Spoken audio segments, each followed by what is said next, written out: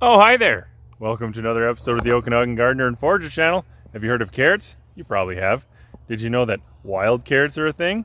Also known as Queen Anne's lace? Well, they are. There's one right here. And I'm going to tell you about them and show you how to ID them. And then later on, I'm going to dig some up and try them out.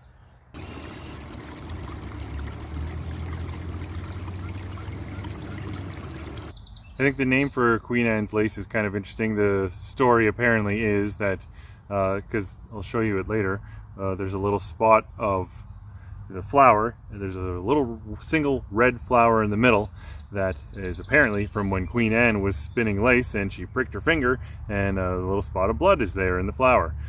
So that's kind of interesting, I think. I'm going to show you later on. Also, I'm going to dig up and I'll show you the roots of the first and second year plant. It's a biennial plant, so it has a 2-year growth cycle. First year just growing low along the ground, and then the second year putting up this flowering stalk. It took me a while to make this video, and part of that is because this wild carrot actually looks like a whole bunch of other poisonous species, so I wanted to be very sure that I could identify it accurately before I made a video about it, and I finally felt confident enough to do it, so here we are. Okay, let's ID wild carrot, or Queen Anne's lace. The scientific name is Daucus carota. So this is a second year growth, and this is the second year, and it gets up to a height of about, I don't know, this one here is about 5 feet tall, 5-6 feet tall. They can be taller. There's some others here, like this one. This one's maybe only 3 feet tall. What they would look like in their first year is something like this. Just like this, low to the ground. Right here, like a garden carrot. Like what you might grow in your garden. And starting at the stem, the leaves come off the stem alternate, so it goes off one side and then comes up the stem, goes off the other side, then up the stem, off the other side. And there's a little groove in this stem here, and the whole thing, the stems all the way up to the leaflets, are covered with these little hairs. And that's one feature that I think can help to tell it apart from some of its poison lookalikes like poison hemlock, fool's parsley, water hemlock. This has a fuzzy stem, and the hairs, they're not like spiky like prickly lettuce or something, but they're fuzzy. And the leaves, they're pinnately divided. So like they divide, and then they divide again. And each of the little leaflets, they come to a point. So, moving up the stem, the flowers, they have underneath them a ring of these bracts. I think it kind of looks like a skirt. And the flower is called a compound umbel. So, all the little flowering heads start at one point and they go up to the same height. And each one of these is kind of like a mini version of the bigger thing.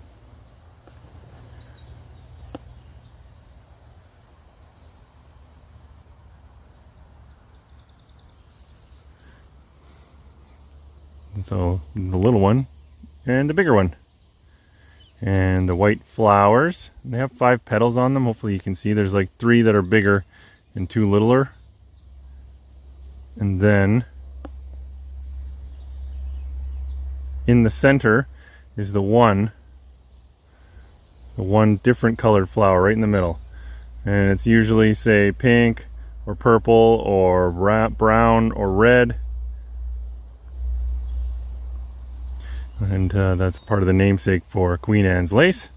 And what happens when they are ready to seed is they kind of contract inward like this, and it makes like a bird's nest shape. I think that's another name for this, is bird's nest. And I'll show you what it looks like afterwards. There's one here. This was last year, so it kind of looks like that. It contracts in, and then the seeds drop from there.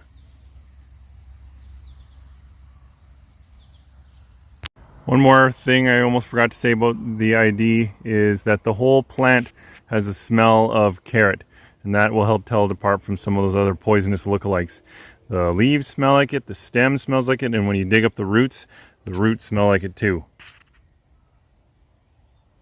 Okay, now warning, the handling this plant can cause dermatitis in some people, and also it should not be used by pregnant women because it can stimulate contractions. And another thing that I would say is, like, now now I can't miss it, it's so obvious, I think, but there are a bunch of wild carrot-like species like poison hemlock, fool's parsley, what else? Water hemlock, some others that look kind of similar that are poisonous that you should avoid. So make sure you know what you're dealing with because you don't want to mix it up. And it is edible. The whole plant is edible, just like carrot.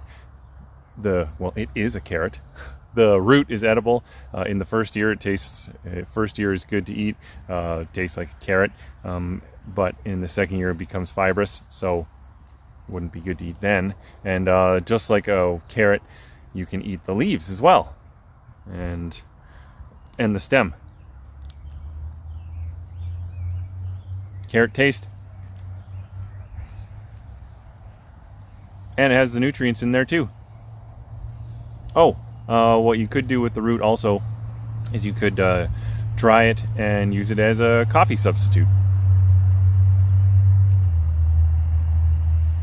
I think I forgot to say about the edibility for Queen Anne's Lace wild carrot related to the leaves and the seeds is they can be chopped up and added to soups and stews or salads, the seeds being quite aromatic and add flavor. And Queen Anne's Lace wild carrot has a bunch of potential medicinal uses. The root has been used to make a tea for use as a diuretic, as a mild laxative, and to expel kidney stones.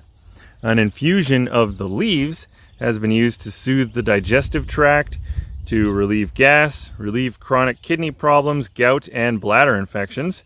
Some indigenous people used wild carrot to treat a lack of appetite, to expel intestinal worms, and even to treat pimples and baldness. And the seeds, dating back hundreds, thousands of years, the seeds have been used as sort of a crushed up, used as a morning after pill to prevent conception. And sort of interestingly related to that, I think, is the plants. The whole plant has also been used in rituals to promote fertility in women and increase libido in men. Okay, so I've got two wild carrots that I'm going to dig up. This one's in its second year and it's just about to bloom.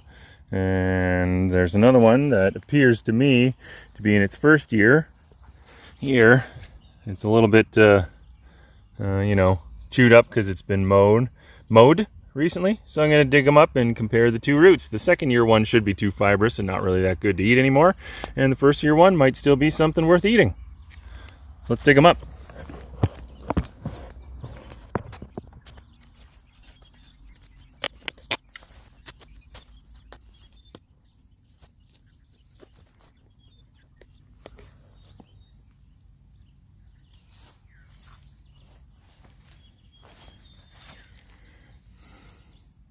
Decent taproot on that, and it smells very strong like carrot. I guess because it is a carrot. Let's dig up the little one.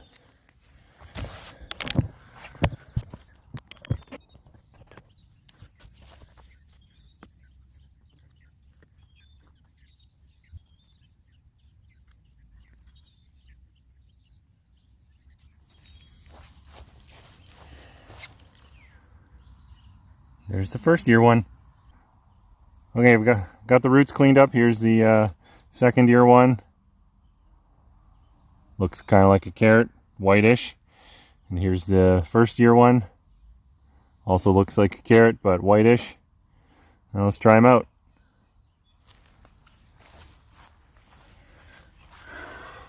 This is the second year one, much bigger of course, and should be, like, it's just starting to flower. So it might still be okay. Yeah. It tastes good. It tastes like carrot, but super tough, super fibrous. I'm gonna be chewing on that one for a while.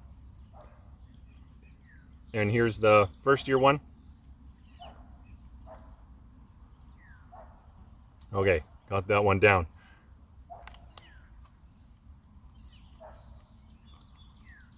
Much less fibrous.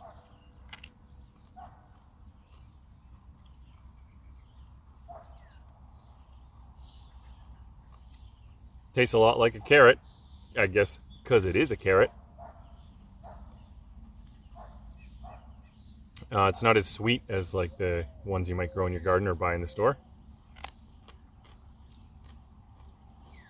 But generally, pretty good. And just for the heck of it,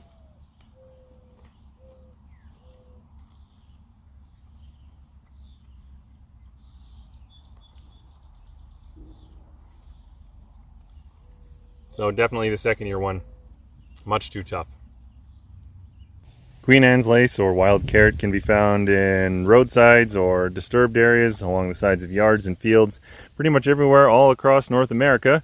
And it is kind of a nuisance or seen as a pest or weed in some areas, but in others, in a nice beautiful yard like this with lawn and things growing alongside it, I think it looks pretty nice. You know, if you like it, then it looks great. And if you don't, then maybe you want to get rid of it, and if you do, you could dig it up and you could eat it. So if you like the video, then please give it a thumbs up, and thanks for watching.